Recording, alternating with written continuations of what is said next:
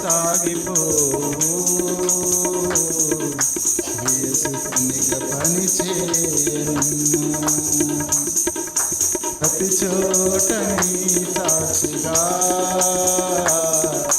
ప్రభువా నేనుండను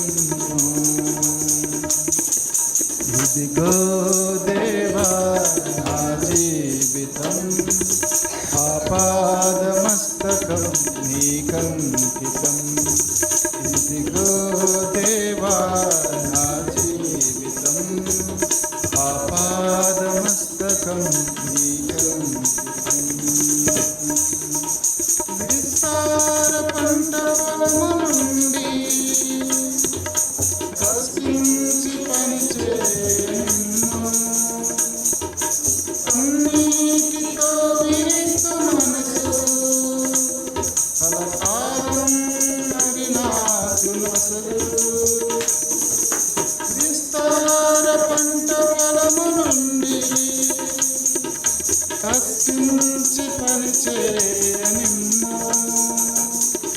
కన్నీటితో వేస్తు మనసు కలకాలం మరి నాకు నొసలు క్షేమ కాలమైనా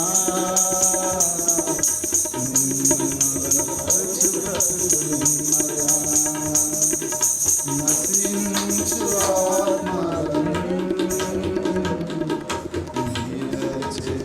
కృపనిర్మయా దేవా నా జీవితం ఆపాదమస్తకం నీకంకితం ఇదిగో దేవా నా జీవితం ఆపాదమస్తకం నీకంకితం శరణం నీ చరణం శరణం నీ చరణం శరణం నీ చరణం శరణం నీ చరణం ఇదిగో దేవా నా జీవితం ఆపాదమస్తకం నీకంకితం ఇదిగో దేవా నా జీవితం ఆపాదమస్తకం నీకంకితం.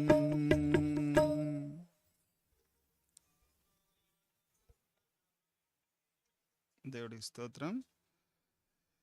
ఈ దినం చాలా మన అందరం కూడా ఎన్నో మన జీవితంలో మార్పు చూడాలని ఆశిస్తున్నాం. ఏదో వచ్చాం కొద్దిసేపు ఉన్నామని అని అనుకోకూడదు. ఖచ్చితంగా ఏదో మన జీవితంలో దేవుడు ఒక ప్రత్యేకమైన కార్యము చేయబోతున్నాడు. ఇది ఒక ప్రారంభం. ఈ సంవత్సరంలో ఈ యొక్క అర్ధరాత్రి యొక్క ప్రార్థన లేకపోతే సగం రాత్రి ప్రార్థన మన జీవితంలో ఎన్నో మార్పులు తీసుకురాబోతుంది. అందరం విశ్వాసంతో ప్రార్థన చేసుకుందాం. అందరం విశ్వాసంతో ప్రభును స్తుతిద్దాం. రైట్, అలా చేస్తూ పోతుంటే చాలా గొప్ప మార్పులు అనేది మన జీవితంలో జరుగుతాయి. చాలాసార్లు కొంత క్రైస్తవ జీవితాలలో కొంతమంది బ్రతుకుల్లో చూస్తూ ఉంటే కార్యాలు జరుగుతున్నాయి కానీ పరిపూర్ణంగా జరగట్లేదు. అక్కడక్కడ మార్పులు వస్తున్నాయి కానీ అది పరిపూర్ణమైనటువంటి మార్పుగా కనపడట్లేదు. దానికి గల కారణాలు ఏంటి అని అనుకుంటే ఆలోచన చేస్తే భక్తిలో వెనకబడిపోతుంటున్నారు చాలామంది. కొద్దిగా క్రైస్తవులుగా ముందుకు కొద్దిగా మంచి వాక్యం విన్నప్పుడు లేకపోతే పరిస్థితులు అనుకూలంగా ఉన్నప్పుడు ముందుకు వేగంగా పరిగెడుతున్నాం, తర్వాత ఆగిపోతున్నాం, తర్వాత మన సొంత ప్రయత్నాలు సొంత ఆలోచనలతో ముందుకు వెళ్ళిపోతున్నాం. దానివల్ల చాలా ప్రతికూలమైనటువంటి పరిస్థితులు, చాలా భయంకరమైనటువంటి అపజయాలు మనం చూస్తూ ఉంటున్నాం.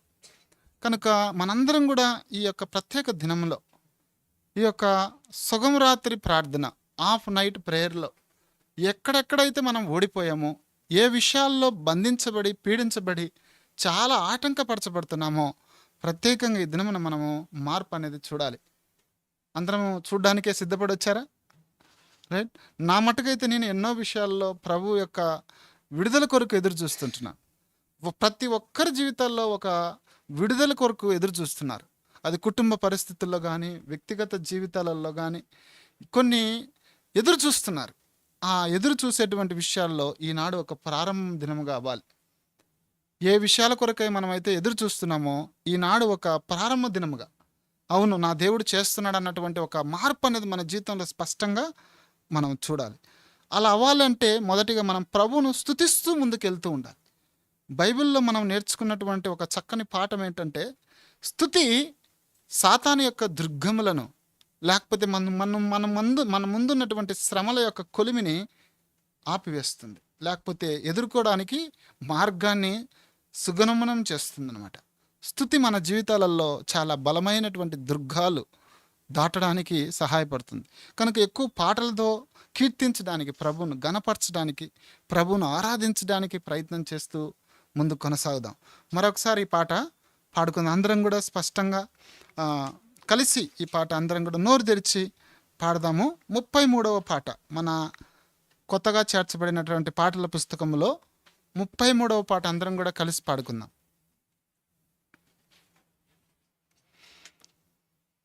ఇదిగో దేవా నా జీవితం, ఆపాదమస్తకం నీకంకితం. ఇదిగో దేవా నా జీవితం, ఆపాదమస్తకం నీకంకితం.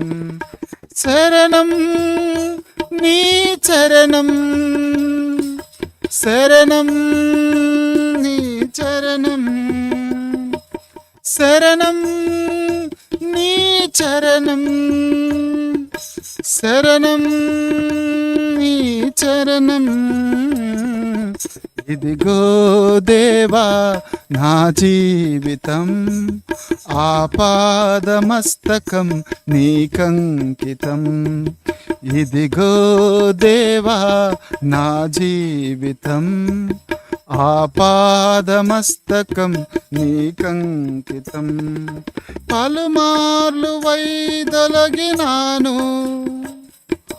పరలోక దర్శనము నుండి, విలువైన నీ దివ్య పిలుపుకు నే తగినట్లు జీవించనైతి. పలుమార్లు వైదొలగినాను పరలోక దర్శనము నుండి, విలువైన నీ దివ్య పిలుపుకు నే తగినట్లు జీవించనైతి. అయినా నీ ప్రేమతో నన్ను దరి చేర్చినావు, అందుకే గైకొనుమో దేవా ఈ నా శేష జీవితం. అయినా నీ ప్రేమతో నన్ను దరి చేర్చినావు, అందుకే గైకొనుమో దేవా ఈ నా శేష జీవితం. ఇదిగో దేవా నా జీవితం, ఆపాదమస్తకం నీకంకితం. ఇదిగో దేవా నా జీవితం, ఆపాదమస్తకం నీకంకితం. విస్తార పంట పొలము నుండి కష్టించి పని చేయనిమ్ము, కన్నీటితో విత్తు మనసు కలకాలం మరి నాకు నొసగు. విస్తార పంట పొలము నుండి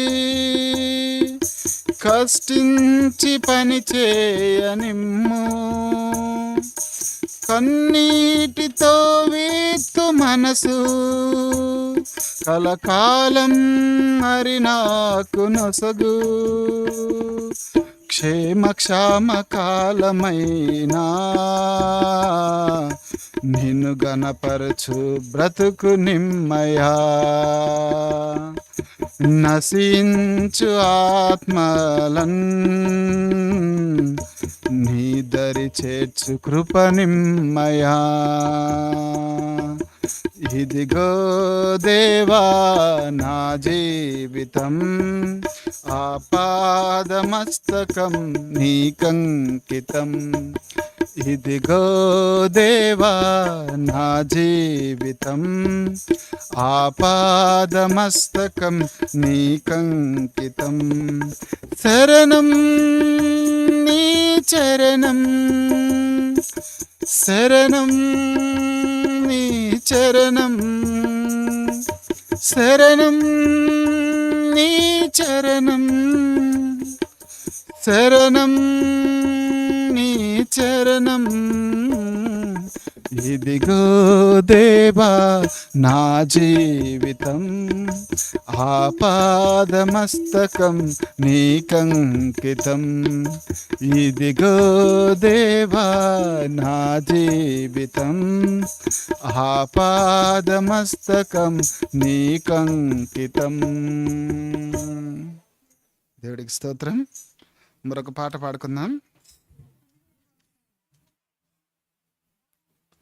46వ పాట. అందరం కూడా మన కొత్తగా చేర్చబడినటువంటి పాటల్లో నుండి 46వ పాట కలిసి పాడుకుందాం. 46వ పాట అందరం కూడా కలిసి పాడుకుందాం.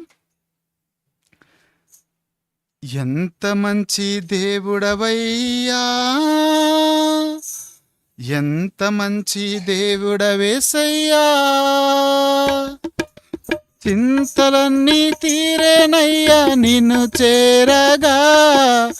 ఎంత మంచి దేవుడవేసయ్యా, నా చింతలన్నీ తీరేనయ్యా నిన్ను చేరగా. ఎంత మంచి దేవుడవేసయ్యా, ఎంత మంచి దేవుడవయ్యా, ఎంత మంచి దేవుడవేసయ్యా, చింతలన్నీ తీరేనయ్యా నిన్ను చేరగా. ఎంత మంచి దేవుడవేసయ్యా, నా చింతలన్నీ తీరేనయ్యా నిన్ను చేరగా. ఎంత మంచి దేవుడవేసయ్యా. ఘోర పాపినైనా నేను దూరంగా పారిపోగా, ఘోర పాపినైనా నేను దూరంగా పారిపోగా. నీ ప్రేమతో నన్ను క్షమించి నన్ను హత్తుకున్నావయ్యా. నీ ప్రేమతో నన్ను క్షమించి నన్ను హత్తుకున్నావయ్యా. ఎంత మంచి దేవుడవయ్యా, ఎంత మంచి దేవుడవేసయ్యా, చింతలన్నీ తీరేనయ్యా నిన్ను చేరగా. ఎంత మంచి దేవుడవేసయ్యా, నా చింతలన్నీ తీరేనయ్యా నిన్ను చేరగా. ఎంత మంచి దేవుడవేసయ్యా. నాకున్న వారందరూ నన్ను విడచిపోయినను, నాకున్న వారందరూ నన్ను విడచిపోయినను. ఎన్నెన్నో ఇబ్బందులకు గురి చేసినను నన్ను నీవు విడువలేదయ్యా. ఎన్నెన్నో ఇబ్బందులకు గురి చేసినను నన్ను నీవు విడువలేదయ్యా. ఎంత మంచి దేవుడవయ్యా, ఎంత మంచి దేవుడవేసయ్యా, చింతలన్నీ తీరేనయ్యా నిన్ను చేరగా, ఎంత మంచి దేవుడవేసయ్యా. నా చింతలన్నీ తీరేనయ్యా నిన్ను చేరగా, ఎంత మంచి దేవుడవేసయ్యా. నీవు లేకుండా నేను ఈ లోకంలో బ్రతుకాలేనయ్యా. నీవు లేకుండా నేను ఈ లోకంలో బ్రతుకాలేనయ్యా. నీతో కూడా ఈ లోకం నుండి పరలోకం చేరేదనేసయ్యా. నీతో కూడా ఈ లోకం నుండి పరలోకం చేరేదనేసయ్యా. ఎంత మంచి దేవుడవయ్యా, ఎంత మంచి దేవుడవేసయ్యా. చింతలన్నీ తీరేనయ్యా నిన్ను చేరగా, ఎంత మంచి దేవుడవేసయ్యా. నా చింతలన్నీ తీరేనయ్యా నిన్ను చేరగా, ఎంత మంచి దేవుడవేసయ్యా. ఎంత మంచి దేవుడవయ్యా.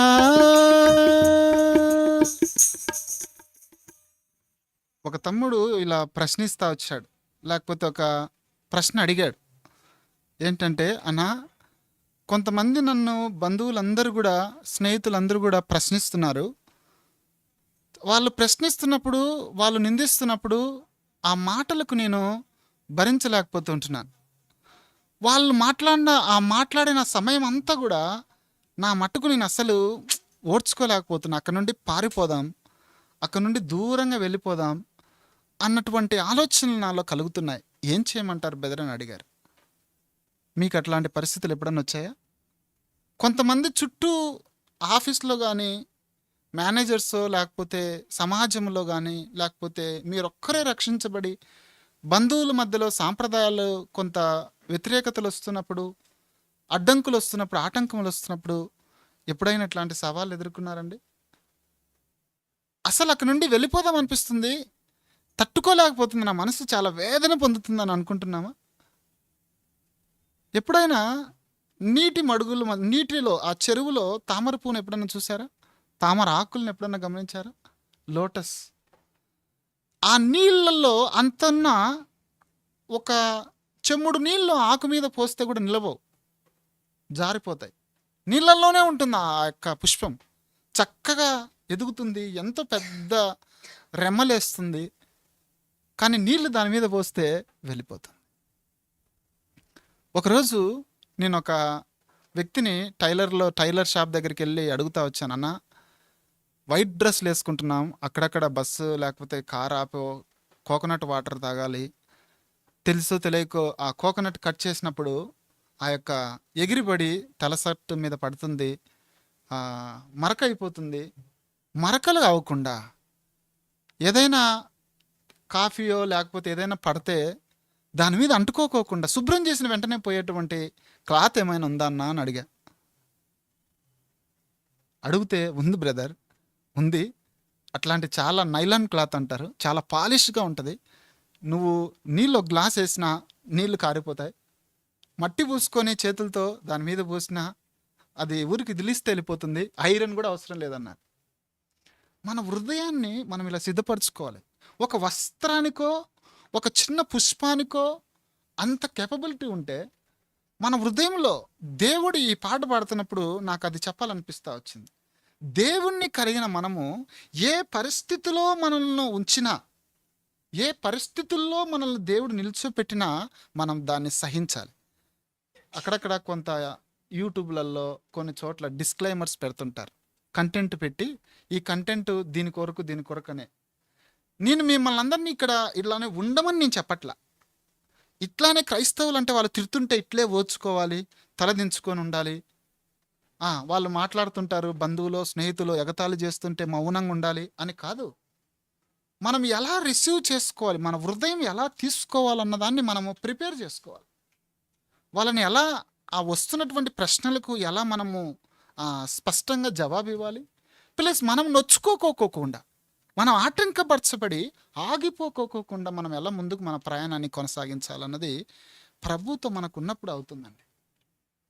ప్రభుతో మనకు ఆ సన్నిహిత సంబంధం ఉన్నప్పుడు ఇలాంటి అవుతాయి. లేకపోతే ఓడిపోతాం, మధ్యలో క్రైస్తవ భక్తిని విడిచిపెట్టేసి లోకంలో కలిసిపోతాం. సో మనల్ని మనము ట్రాన్స్ఫర్మేషన్లోనికి తీసుకెళ్ళాలి. మన మన మన యొక్క పర్సనాలిటీ స్టెబిలైజేషన్ చేసుకుంటూ రావాలి. ఎక్కడైనా ఇంకా ఒడిదుడుగులు ఉంటూ ఉంటే మనం దాన్ని ఆప్టిమైజ్ చేసుకుంటూ రావాలి. ఈ విషయాలలో నేను ఓడిపోతున్నా. మేబీ మీకు ఇంకొక పరిస్థితులు ఉండొచ్చేమో, నేను చెప్పిన ఉదాహరణలు కాకుండా వేరే విధంగా మీ జీవితాలు ముందుకు కొనసాగుతూ ఉండొచ్చేమో, వేరే విషయాల్లో మీరు ఎన్కౌంటర్ అవుతూ ఉండొచ్చేమో. కానీ మనం నేర్చుకోవాల్సినటువంటి ఒక పాఠం ఏంటంటే, your mind should able to capable enough to take whatever the situations, whatever kind of the trouble words which are facing, you should able to reflect them. ఎట్లాంటి విషయాలైనా నీ మనసును ఎంత శ్రమల గుండా తీసుకెళ్లేటువంటి పరిస్థితుల్లో గుండా వచ్చినా నువ్వు తీసుకొని దాన్ని రిఫ్లెక్ట్ చేసుకునేటువంటి కెపాసిటీ నీలో ఉండాలి. అది ఎప్పుడవుతుందంటే సన్నిహిత సంబంధం ఉన్నప్పుడు. యాకోబును మనం తీసుకుంటే, యాకోబు ఎన్ని సంవత్సరాలు లాబాను యొక్క పిల్లల దగ్గర పనిచేస్తూ వచ్చాడండి. గొర్రెలు కాసుకునేటువంటి వ్యక్తి, పెద్ద చదువుకున్నట్టు అసలు కనపడలే బైబిల్లో. ఎప్పుడూ ఎడారిలో గొర్రెలు కాసుకునేటువంటి వ్యక్తి. మా తండ్రి ఆస్తి వల్లనే ఇంత గొప్పవాడవు అయినావన్నా కూడా తను గమ్ముగా అట్లే ఓడ్చుకుంటున్నాడు. అట్లే ఓడ్చుకొని దేవుని దగ్గర కనిపెట్టి, ఇక్కడ నుండి నువ్వు వెళ్ళి నీ తండ్రి యొక్క దేశమునకు వెళ్ళిపోన్నప్పుడు అప్పుడు వెళ్ళిపోయాడు. మనల్ని గాయపరిచేటువంటి మాటలు అక్కడ మనం చూస్తే, తన భార్యలిద్దరిని పిలిపించుకొని, మీ నాన్న మనసు నిన్న మొన్న ఉన్నట్టు లేదు, ఈరోజు వ్యతిరేకంగా కనపడుతుంది అంటే అట్టయ్యాడు. తను చాలా గాయపరచబడ్డాడు. ఆ యొక్క లాబాను యొక్క మాటలు, లేకపోతే బావుమరుదుల యొక్క మాటలకు చాలా హట్ అయిపోయాడు. బట్ దేవుని దగ్గర కనిపెట్టినప్పుడు ఆ మాట పట్టుకొని, ఇంక నేను ఇది సమయం, ఇక్కడ నుండి నేను వెళ్ళిపోవాలి, రండి అనేసి మూటంతా సర్దేసుకొని వెళ్ళిపోయారు, దారి పట్టారు. దేవుడితో నడిచేటువంటి భక్తుల జీవితాలు బైబిల్లో చాలా పొందుపరిచి పెట్టినాడు ప్రభు. మనం కానీ వాటిని అర్థం చేసుకొని కొద్దిగా ప్రయత్నం చేసామనుకోండి, మన జీవితాలు చాలా బ్యూటిఫుల్గా ఉంటాయి. ఈ రాత్రి మనం ఒక ట్రాన్స్ఫార్మ్ అవ్వాలి. ఎక్కడెక్కడ మన కుటుంబాలలో నేను ఒక్కనే దేవుని తెలుసుకున్నాను, నేను ఒక్కదాన్నే దేవుని తెలుసుకున్నాను, చాలా పోరాటాలు ఉన్నాయి, అది ఉద్యోగ రీత్యా కుటుంబ రీత్యా నలిగిపోతున్నాను అన్నటువంటి పరిస్థితుల్లో నుండి ప్రభు మనకు ఒక మార్గము తీరవాలి. మన మార్గం మన ఎదుట మార్గము యాకోబుకు తెరిచినట్లు మన దేవుడు మన ఎదుట ఒక మార్గము తెరిచి, ఇంకా దీంట్లో నడువు నాయనా, నీకు నేను తోడుగా ఉంటానని చెప్పగలగాలి. యబ్బోకు వాగు దగ్గర అంతగా ఆయన ప్రార్థన చేస్తున్నాడు అంటే, నా దేవుడు నన్ను పొమ్మన్నాడు కదా, నా దేవుడే కదా నా తండ్రి దేశానికి వెళ్ళమని చెప్పాడు, స్వదేశానికి వెళ్ళమని చెప్పాడు అన్నటువంటి ఆ యొక్క నిశ్చయిత ఉంది కాబట్టి పెనుగులాడాడు. మానవ ప్రయత్నాలు అన్నీ పక్కన పెట్టేశాడు. ప్రయత్నం చేశాడు, భార్యను, కొంతమంది పని వాళ్ళను, తర్వాత మళ్ళీ ఒక భార్యను, మళ్ళీ ఒక పనిగత్తెలను, ఇట్లా ఎన్నో తన మానవ ప్రయత్నాలు అన్నీ చేసి, ఇంకా కాదు ఇవన్నీ సక్సెస్ అవుతాయో లేదో నాకైతే తెలియదు, కానీ నేను దేవుని దగ్గర కూర్చొని ప్రార్థన చేస్తే మాత్రం సక్సెస్ అవుతుందని నిశ్చయించుకున్నాడు. కొన్నిసార్లు మనం మాట్లాడే మాటలకు, కొన్నిసార్లు జవాబు చెప్పేటువంటి విధానానికి మన మన మన సొంత స్నేహితులు, బంధువులు డిఫరెంట్గా రిసీవ్ చేసుకొని వాళ్ళు కూడా మన పైన ఒత్తిడి తీసుకొని వస్తారు. ఆఫీస్లో కావచ్చు, ఎక్కడైనా కావచ్చు. దాన్ని మనం ఎలా జయించాలి, ప్రభు పాదాలు పట్టుకొని ఎలా మనము ముందుకు వెళ్ళాలన్నది ప్రభువే మనకు గైడెన్స్ ఇచ్చి నడిపిస్తాడు. నేను చెన్నైలో పనిచేస్తుంటున్నప్పుడు దేవుని గురించి చెప్పేటువంటి, సువార్త ప్రకటించేటువంటి అలవాటు చాలా ఎక్కువగా ఉండింది. నాతో పనిచేస్తున్నటువంటి కొలీగ్స్కు ఎక్కడైనా బాధలు, ఇబ్బందులు ఉన్నాయి, చాలా లోన్లీనెస్, ఆ యొక్క డిప్రెషన్ గుండా వెళ్తున్నారు అన్నప్పుడు వాళ్ళని ప్రేమించి మంచి మార్గాలు, దేవుని యొక్క మార్గాన్ని వాళ్ళకి తెలియజేసి ఏదన్నా ఆ యొక్క ఆ స్థితిలో నుండి బయటపడేటువంటి ఒక ఉపాయం వారికి చెప్పేటువంటి వాడిని నేను. నాతో పాటు ఒక అలెక్స్ అనే సహోదరుడు, ఇద్దరం కూడా మేము ఇట్లా దేవుని గురించి చెప్పేటువంటి వారు. ఇది కాస్త ఆఫీస్లో చాలా పెద్ద స్థాయిలో పెద్ద ఉన్నటువంటి స్థాయిలో ఉన్నటువంటి వారికి తెలిసింది. మీరు మత మార్పిడి చేస్తున్నారా, ఏంటి మీ కథ అన్నటువంటి మమ్మల్ని రూమ్లోకి తీసుకెళ్ళి ప్రశ్నించడం ప్రారంభించిన. ఇప్పటికి గుర్తుంది, ఆ మేనేజర్ పేరు ఇక్కడ చెప్పను కానీ ఎంతో భయంకరంగా ఒత్తిడి చేస్తూ వచ్చినారు. ఒకటే చెప్పాం, సార్ ఇక్కడ మేము మతం మార్చి వాళ్ళ బ్రతుకులు మేము పాడు చేయట్లేదు, మీరు మార్చలేనటువంటి పరిస్థితులు మా దేవుడు వారి జీవితంలో మారుస్తున్నాడు అని ప్రేమతో వారికి జవాబు చెప్పడంతో ఆ యొక్క యజమానుడికి, ఆ మేనేజర్కి దయబుట్టి, సరే అయ్యా మీరు మంచోళ్ళని తెలుసయ్యా, మీరు కొద్దిగా ఇబ్బంది కలిగజేస్తున్నారని వేరే వాళ్ళు కంప్లైంట్ చేస్తే మిమ్మల్ని ప్రశ్నిస్తున్నామంటే, సార్ పగబట్టిన వాళ్ళు అట్లా అనుకున్నారేమో, లేకపోతే వాళ్ళతో స్నేహించినటువంటి వారితో మాట్లాడలేదేమో అని అనుకున్నారేమో, ఆ తాగుడుబోతులతో వేరైపోయి వీళ్ళు బ్రతుకుతున్నారని అనుకున్నారేమో, మీరు విచారం చేయండి. తర్వాత ఆయన విచారం చేసినాడంట. ఎవరైతే కంప్లైంట్ చేశారో ఆ కంప్లైంట్ చేసిన వ్యక్తి భయంకరమైన తాగుడుబోతు. మా మాటలు విని ఆ యొక్క తాగుడుబోతు లక్షణాల్లో నుండి మార్చుకొని నేను ఇంకా తాగను, మీ పార్టీలకు రాను అని చెప్పినటువంటి వ్యక్తి కారణాన్ని బట్టి ఈ వ్యక్తి కోపం వచ్చి కంప్లైంట్ చేశాడంట. సో దేవుని వాక్యము అలవాట్లను మారుస్తుంది, మన చెడు లక్షణాలను, మన హృదయాన్ని మార్చగలుగుతుంది. సో అది ఎమోషనల్ కోపం వచ్చేదైనా, మన తల్లిదండ్రులను మనం బాధ పెట్టేదో, భార్య భర్తలు బాధ పెట్టే పరిస్థితులైనా, అది ఆఫీసులో అయినా, ఏదైనా కూడా దేవుని వాక్యమే ఆనాడు యాకోబుకైనా ఈనాడు నీకు నాకైనా మనల్ని నెమ్మదిగా శాంతి సమాధానాలతో నడిపించగలరు. అర్థమవుతుందయ్యా? సో దేవునితో బ్రతకడానికి ప్రయత్నం చేద్దాం. దేవుడు మనతో ఉంటే మనకు ఇంకా విరోధి ఎవరు మనకు ఉండరు. దేవుడు మన పక్షంగా ఉండగా మనకు విరోధి ఎవడు? కనుక మరొకసారి ఈ భావనతో ఈ పాట మరొకసారి పాడుకుందాం. ఎక్కువ ప్రార్థన, ఎక్కువ ఆరాధన మనం చేయబోతాం. ఈ కార్యక్రమాలు సాతానుకు నచ్చనివి కార్యక్రమాలు. ఆరాధించడం, దేవుణ్ణి ఎక్కువ అనుభవపూర్వకంగా దేవుని దగ్గరికి రావడం వానికి ఇష్టం లేనటువంటి కార్యం. రైట్? సో ఇదే మనం ఈనాడు చేయబోతాం ఎక్కువసేపు. సో మరొకసారి 46వ పాట పాడుకుందాం.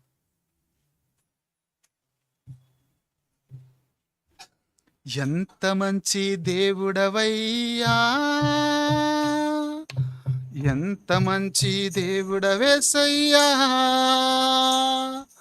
చింతలన్నీ తీరేనయ్యా నిన్ను చేరగా, ఎంత మంచి దేవుడవేసయ్యా, నా చింతలన్నీ తీరేనయ్యా నిన్ను చేరగా, ఎంత మంచి దేవుడవయ్యా, ఎంత మంచి దేవుడవయ్యా, ఎంత మంచి దేవుడవేసయ్యా, చింతలన్నీ తీరేనయ్యా నిన్ను చేరగా, ఎంత మంచి దేవుడవేసయ్యా, నా చింతలన్నీ తీరేనయ్యా నిన్ను చేరగా, ఎంత మంచి దేవుడవేసయ్యా. ఘోర పాపినైనా నేను దూరంగా పారిపోగా, ఘోర పాపినైనా నేను దూరంగా పారిపోగా, నీ ప్రేమతో నన్ను క్షమించి నన్ను హత్తుకున్నావయ్యా, నీ ప్రేమతో నన్ను క్షమించి నన్ను హత్తుకున్నావయ్యా, ఎంత మంచి దేవుడవయ్యా, ఎంత మంచి దేవుడవేసయ్యా, చింతలన్నీ తీరేనయ్యా నిన్ను చేరగా, ఎంత మంచి దేవుడవేసయ్యా, నా చింతలన్నీ తీరేనయ్యా నిన్ను చేరగా, ఎంత మంచి దేవుడవేసయ్యా. నాకున్న వారందరూ నన్ను విడచిపోయినను నాకున్న వారందరూ నన్ను విడచిపోయినను ఎన్నెన్నో ఇబ్బందులకు గురి చేసినను నన్ను నీవు విడువలేదయ్యా. ఎన్నెన్నో ఇబ్బందులకు గురి చేసినను నన్ను నీవు విడువలేదయ్యా. ఎంత మంచి దేవుడవయ్యా, ఎంత మంచి దేవుడవేసయ్యా. చింతలన్నీ తీరేనయ్యా నిన్ను చేరగా. ఎంత మంచి దేవుడవేసయ్యా. నా చింతలన్నీ తీరేనయ్యా నిన్ను చేరగా. ఎంత మంచి దేవుడవేసయ్యా. నీవు లేకుండా నేను ఈ లోకంలో బ్రతుకాలేనయ్యా. నీవు లేకుండా నేను ఈ లోకంలో బ్రతుకాలేనయ్యా. నీతో కూడా ఈ లోకం నుండి పరలోకం చేరదనేసయ్యా. నీతో కూడా ఈ లోకం నుండి పరలోకం చేరదనేసయ్యా. ఎంత మంచి దేవుడవయ్యా, ఎంత మంచి దేవుడవేసయ్యా. చింతలన్నీ తీరేనయ్యా నిన్ను చేరగా. ఎంత మంచి దేవుడవేసయ్యా. నా చింతలన్నీ తీరేనయ్యా నిన్ను చేరగా.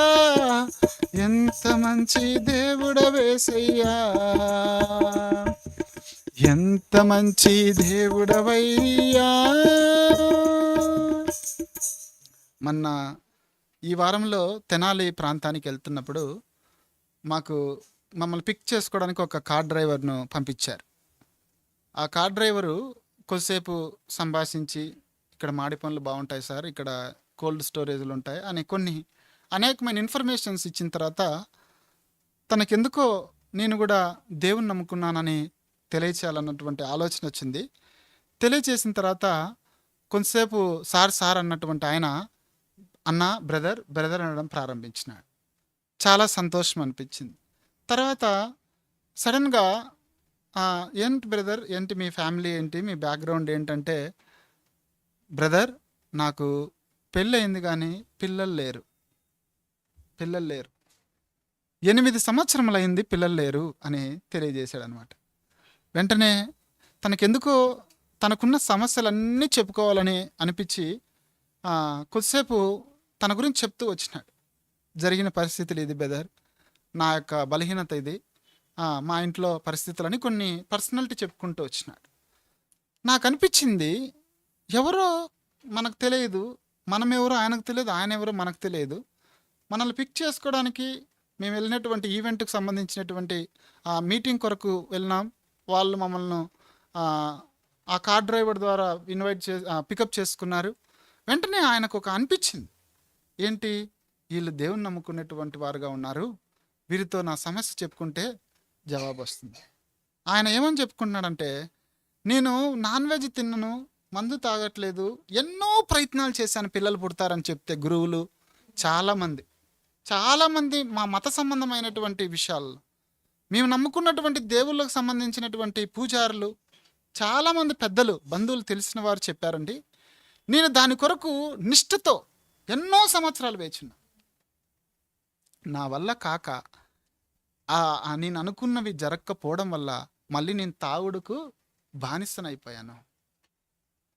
మీరు ప్రార్థన చేస్తే పిల్లలు కలుగుతారు అంటే నేను నమ్ముతానండి అని ఫోన్ నెంబర్ తీసుకున్నాడు. నాకు అనిపించింది, ప్రభు కొంతమంది జీవితాలలో అక్కడ ఆయనతో మాట్లాడుతున్నప్పుడు ఒక సాక్ష్యం కూడా చెప్పాను. మనము సంఘం ఇలా ప్రారంభించక మునుపు కరోనా టైంలో యూట్యూబ్ ద్వారా దేవుని వాక్యాన్ని అందజేసేటువంటి వారం, లైవ్లో వాక్యాన్ని చేసేటువంటి వారం. ఆ సందర్భంలో ఒక సిస్టరు, కానిస్టేబుల్ భార్య, మనతో మన మన మన ఫోన్ నెంబర్ తీసుకొని ఫోన్ చేసి ప్రార్థన కోరింది. ఆమె కూడా 10 సంవత్సరముల నుండి పిల్లలు లేరు. చాలా బాధపడుతుంది. కానిస్టేబుల్ ఆయన భర్త కాబట్టి వాళ్ళు కొద్దిగా దురుసుగా ఉంటారు కాబట్టి చాలా చెడ్డ పదాలు వాడి చాలా భయంకరంగా ఇబ్బంది పెడుతూ ఇంకా కొట్టడం, చాలా తాగి చాలా అసభ్యంగా ప్రవర్తించడం, నేను మరొక పెళ్లి చేసుకుంటాననడం, నువ్వు ఇంకా నీ వల్ల నాకు పెద్ద సమాధానం లేదు, నీ వల్ల నాకు సుఖం లేదని మాటలు మాట్లాడడం, తను ఆ సిస్టర్ని ఎంతో బాధపరిచి ఎంతో వేదనకు గురై మనకు తెలియజేసింది. మనం కూడా ప్రార్థన చేసాం, కొంత కౌన్సిలింగ్ ఇస్తా వచ్చినాం, ఓర్చుకున్నది. అద్భుతంగా ఏంటంటే ఇప్పుడు 2 పిల్లలతో ఉంది. 10 సంవత్సరముల పిల్లలు లేరు. ఈనాటికి కూడా మనతో టచ్లో ఉంది. కానిస్టేబుల్ భార్య ఈనాడు కూడా ఆ బ్రదర్ కూడా తెలుసుకున్నాడు. మరి గొడవలు తగ్గాయో లేదా నేను మరి రీసెంట్గా నేను అప్డేట్ అయితే తెలుసుకోలేదు. కానీ ఒక విషయం నేనేంటంటే, అద్భుతాలు జరుగుతాయి కాబట్టి ప్రభు దగ్గరికి రాకూడదు. మన దేవుడు అద్భుతాలు చేసేవాడు కాబట్టి ప్రభు దగ్గరికి రావాలి. మన ప్రభు సమర్థుడు, చేయడానికి శక్తి కలిగినటువంటి వాడు. ఆయన దగ్గరికి వచ్చి ప్రభువా ఇది నా పరిస్థితి అని చెప్పుకుంటే ఆయన మనం పట్టించుకునేటువంటి వాడు. ఆయన దగ్గరికి వస్తే మార్పు జరుగుతుంది, అద్భుతాలు జరుగుతున్నాయి అన్నటువంటి ఆలోచనలతో ఎవరు రావద్దు. ఆయన దగ్గరికి రావటం మనిషికి ఒక భాగ్యం. ఆయన దగ్గరికి తప్పకుండా రావాలి. వచ్చి ప్రార్థన చేసుకుంటే ఆయన జవాబిస్తాడు. సో చాలామంది రివర్స్గా వస్తుంటారు. చాలామంది ఆనాడు వాళ్ళు మిషనరీస్ కానీ చేసిన త్యాగాలన్నీ తప్పుగా తీసుకొని చాలామంది మీరు మీ మతంలో చేర్చుకోవడానికి మీరు ఇలా చేస్తే ఇలా జరుగుతాయని చెప్పుకోవడం వల్ల చాలామంది వస్తున్నారని. క్రైస్తవ్యం మతమే కాదు. చాలామందికి అవగాహన లేకపోవడం వల్ల ఈ మిస్అండర్స్టాండింగ్ జరుగుతుంది. దేవుడు యొక్క యేసు ప్రభు యొక్క ప్రేమ మార్గం, యేసు ప్రభు యొక్క క్రైస్తవ్యమే ఒక మార్గం, సత్య మార్గం. దీన్ని అర్థం చేసుకోక చాలామంది తప్పుదారిలో ఉన్నారు. కనుక ఆ బ్రదర్ కుటుంబం కొరకు కూడా ప్రార్థన చేద్దాం. దేవుడు ఇట్లాంటి ఈ యొక్క ప్రత్యేకంగా ఈ రాత్రి మనం ప్రార్థన చేసినప్పుడు అట్లాంటి వారి జీవితంలో కూడా ఒక భయంకరమైన మార్పు కలగాలి. అడిగాను, బ్రదర్ ఐవీఎఫ్ ఉంది కదా, కొత్త టెక్నాలజీస్ వచ్చాయి కదా బ్రదర్, మీరు ప్రయత్నం చేయలేదా అంటే, బ్రదర్ దానికి ఇంచుమించు 10 లక్షలు అవుతుందంట, 2-3 సార్లు చేస్తే ఫెయిల్ అవుతుందంట, ఒక్కొక్క సిట్టింగ్కు ఇంచుమించు 3 నుంచి 4 లక్షలు అవుతుందంట. చాలా ప్రయత్నాలు చేశాం కానీ మాకు అది అయ్యేటట్లు కనపడట్లేదు. సో హోప్స్ లేనటువంటి బిడ్డ మానవ ప్రయత్నాలు చేశాడు. పూజారులు, పెద్ద పెద్ద నమ్ముకున్నటువంటి తన బంధువులు అందరూ కూడా చెప్పారు, వల్ల కాలేదు. ఎంతో మెడికల్ సంఘం సంబంధించినటువంటి అడ్వాన్స్ టెక్నాలజీ సంబంధించినటువంటి ఐవీఎఫ్ లాంటివి కూడా ట్రై చేశారు, అంత సక్సెస్ అవ్వాల. ఇప్పుడు అవ్వాల్సిందంతా దేవుని వల్ల అవ్వాలి. సో ఇట్లాంటి కార్యాల కొరకు మనం ప్రార్థన చేస్తున్నప్పుడు దేవుడు అట్లాంటి జీవితాలు మార్చినప్పుడు మనకు ఎంతో ప్రోత్సాహం వస్తుంది. భక్తిలో ఎప్పుడు మనకు ధైర్యము, ఆ యొక్క ఇంకా విశ్వాసం పెరుగుతుందంటే మనము చేసేటువంటి ప్రార్థనలకు జవాబులు వస్తున్నప్పుడు మనకు ఆసక్తి వస్తుంది. అవునా కాదండి? ఈనాడు మనం చేసేటువంటి ప్రార్థనలు కాదు, సంఘ పక్షానైనా మన వ్యక్తిగతంగా అయినా అది రావాలి. మనం కొన్ని నిమిషాలలో ఒప్పుకోలు మెసేజ్ మనం వినబోతున్నాం. సో ఈ దానికి ముందు, ఆ యొక్క వర్తమానానికి ముందు మనం మనల్ని హార్ట్ ప్రిపేర్ చేసుకోవాలి. ఎలాంటి దేవుడు మన దేవుడు, మన భక్తి ఎలాంటిదిగా ఉంది, ఆయన దగ్గరికి ఏ విధంగా మనం వస్తున్నాం, మన మైండ్ సెట్ ఏంటి, దాన్ని మనం అర్థం చేసుకొని కొద్దిగా మనం ముందుకెళ్ళినప్పుడు మన భక్తిలో కొద్దిగా మార్పులు అనేవి తప్పకుండా వస్తాయి. ఒక అంకులు ఇంకా బతికే ఉన్నాడు, అంకుల్ పేరు నేను చెప్పను కానీ, ఒకరోజు రిసార్ట్కి వెళ్ళాడంట. రిసార్ట్కి వెళ్తే సడన్గా ఒక చోట కారు ఆగిపోయిందంట. కారు ఆగిపోయే తలకే చూస్తే చీకటి పడుతుంది. అది చాలా హిల్ స్టేషన్. ఆ టయానికల్లా కిందికి దిగకపోతే చాలా భయంకరంగా నైట్ అంతా కొద్దిగా అడవి కాబట్టి కొద్దిగా వైల్డ్ అనిమల్స్ రావడానికి స్కోప్ ఉంది, ప్రాణాపాయం కనబడేటువంటి పరిస్థితులు ఉన్నాయి. ఆ బ్రదరు ఏం చేశాడంటే, నేను ఎట్లయినా పోవాలి కానీ నా బండి సహకరించట్లేదు, నడుపుదామంటే అంత లైట్లు దీనికి లేవు, మరి హిల్ స్టేషను కర్వ్స్ ఎక్కువ ఉన్నాయి, ప్రమాదాలు వచ్చి నా ఫ్యామిలీతో మేము ప్రాణాపాయంలో పడే పరిస్థితులు ఉన్నాయనేసి ఆందోళన చెందుతున్నారు. వెంటనే ఇంకొక వెహికల్ అతను వచ్చి ఇతనితో పెద్ద గొడవలు వేస్తున్నాడు. నీ వల్ల ఎంత ట్రాఫిక్ అయిపోయింది, నీకు చేత కాకపోతే ఎందుకు వచ్చా, పెద్ద గొడవలు ఆడిపోయి కొట్టడానికి వెళ్ళిపోతున్నాడంట. వెంటనే ఈయనకేం అర్థం కాలే. నేను వెళ్ళాలనుకుంటున్నా, కానీ నాకున్నటువంటి రిసోర్సెస్ సరిగ్గా లేవు. నేను వెళ్ళాలని ప్రయత్నం ఉంది, కానీ రిసోర్సెస్ సరిగ్గా లేవని చాలా ఆందోళన చెందుతున్నాడు.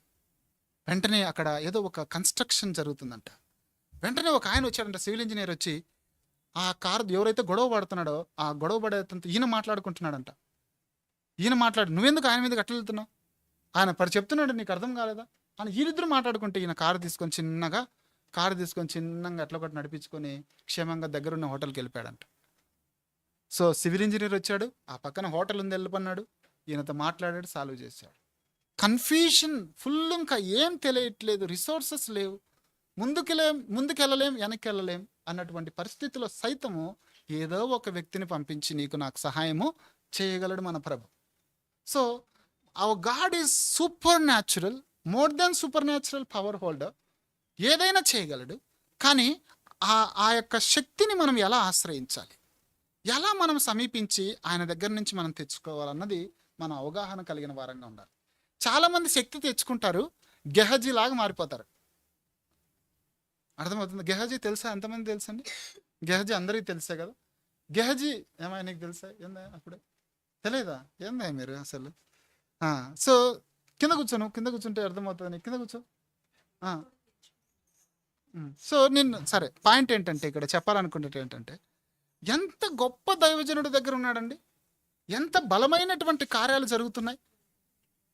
ఎలీషా దగ్గర ఎంత బలమైనటువంటి కార్యాలు జరుగుతున్నాయి. ఎక్కడో ఉన్నటువంటి రాజు దగ్గరికి, ఆ యొక్క సైన్యాధిపతి దగ్గరికి ఇన్ఫర్మేషన్ వెళ్ళిపోయింది.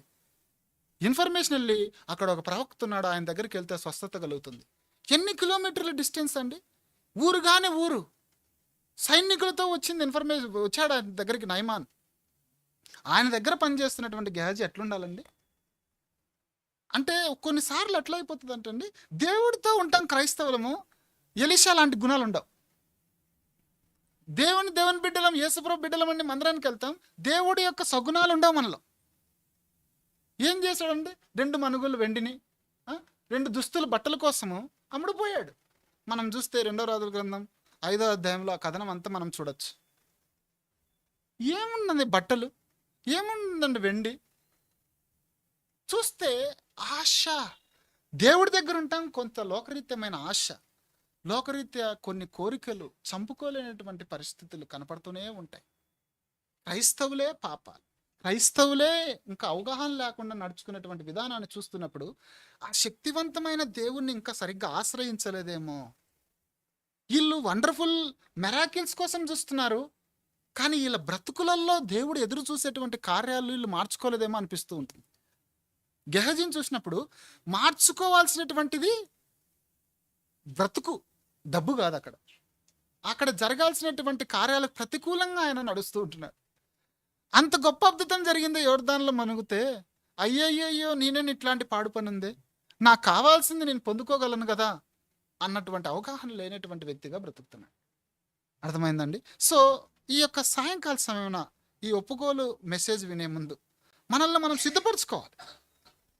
మనల్ని ఎక్కువ లోతుగా, ఒకవేళ నీకు ఇంకా ప్రార్థన చేయడం చేత కాలేదు, ఆరాధించడం చేత కాలేదు, ప్రభువును ఉపవాస ప్రార్థనలో సంధించడం చేత కాకపోతే ప్రభువును అడగాలి. కొన్ని విషయాలలో విజయం పొందలేకపోతున్నావంటే నిన్ను సరి చేసుకోవడానికి ఆయన యొక్క స్థితిలోనికి తీసుకురావాలి. మనం ఇర్మియా గ్రంథం 17వ అధ్యాయంలో చూస్తే, ఇర్మియాని తీసుకెళ్ళి కుమరవాన్ దగ్గరికి, పాత్రలు చేసేటువంటి వ్యక్తి దగ్గరికి తీసుకెళ్ళాడు. ఏం ట్రైనింగ్? మనం సాకారులుగా ఓపెన్ అయ్యేటట్టుగా ఉండాలి. అర్థమవుతుందండి? అక్కడక్కడ ఏనుగులు ఇళ్ళ మీద పడ్డం, అడవిలలో ధ్వంసం చేయడం చూసారా? పిచ్చెక్కిందంటే ఇంటి తలుపులు కూడా పలగొట్టేస్తుంది, గేట్లను పలగొట్టేస్తుంది. చాలా చోట్ల జరుగుతుంది, చూస్తూ ఉంటారు కదా, అక్కడక్కడ యూట్యూబ్లలో చూస్తుంటాం. కేరళలో ఎక్కువగా జరుగుతూ ఉంటాయి ఇట్లాంటి.